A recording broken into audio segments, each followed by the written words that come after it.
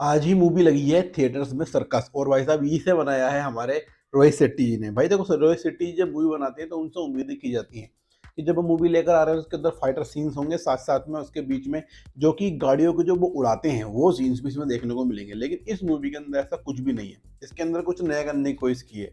मतलब ये है कि एक मास्टरपीस है बकचोदी के लेवल में। बात कर लेते हैं इस मूवी की स्टोरी की कि स्टोरी रहने क्या वाली है। तो कोई स्टोरी कुछ ये रहेगी कि दो जोड़ी जुड़वा बच्चे हैं, एक है रणवीर सिंह और एक है वरुण शर्मा। तो पहले स्टार्टिंग में ये हुआ है कि इन दोनों का जो पेयर है वो अलग अलग कर दिया गया है। मतलब वरुण शर्मा और रणवीर सिंह एक साथ और वरुण शर्मा और रणवीर सिंह एक साथ।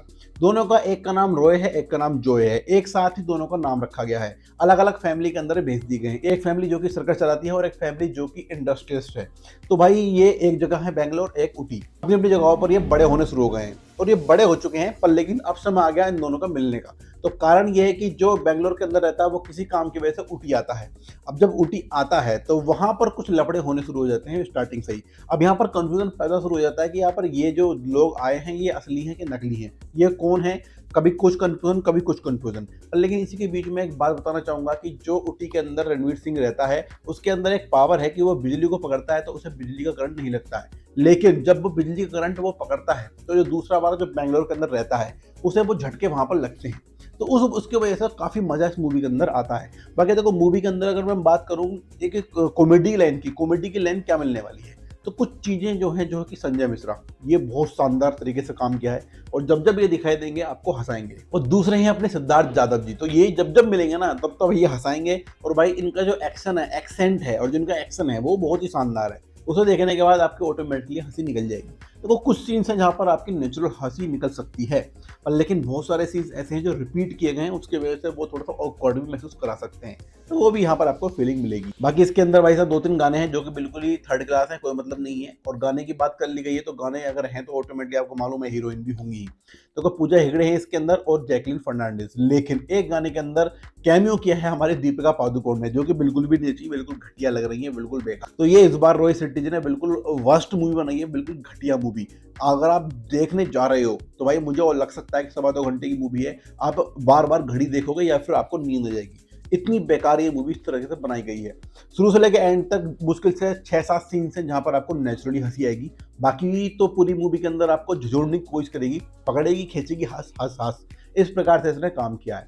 मूवी का जो एंड रखा गया है वो कुछ ऐसा रखा गया है कि उसके अंदर कुछ संदेश देने की कोशिश की गई है, जो कि मुझे कोई खास लगा नहीं। देखो संदेश हर आदमी के हिसाब से अलग अलग होते हैं, तो वो संदेश जो है वो काफी ठीक है। वो संदेश कारण वही है कि अडॉप्ट करो बच्चे को। अगर आप नहीं पैदा करना चाहते हो, पैदा नहीं कर सकते हो तो अडॉप्ट करो। ये मत सोचो हमारा ही खून हो। ऐसा नहीं है कि हमारा ही खून होगा तभी वो अच्छा निकलेगा। परवरिश का खेल है सारा, ना कि खून का। संदेश तो यही देने की कोशिश की है, पर लेकिन बहुत लोग इसे गलत समझ सकते हैं, बहुत लोग सही।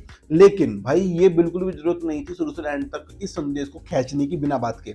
शुरू से एंड तक इसे खींचा है और बीच बीच में इतनी ज्यादा बेकार मस्तियां की हैं कि मतलब मैं तो बहुत ज़्यादा परेशान हो गया था। 2 घंटे, 2.25 घंटे बैठा हूँ, मेरा दिमाग खराब हो गया बिल्कुल बैठे बैठे। समझ में नहीं आया रोहित शेट्टी ने ये मूवी जो बनाई है वो क्यों बनाई है। इसके अंदर एक चीज़ और दिखाई गई है कि हमारे माधव, मतलब ये पांचों बच्चे जो कि अनाथ हैं, तो ये बच्चे भी एंड में दिखाए गए हैं, जो कि अपने अजय देवगन वगैरह सारे के सारे जितने भाई हैं सबके सब दिखाए जाते हैं, जो कि गोलमाल आ गया इनके अंदर जिनका वो था।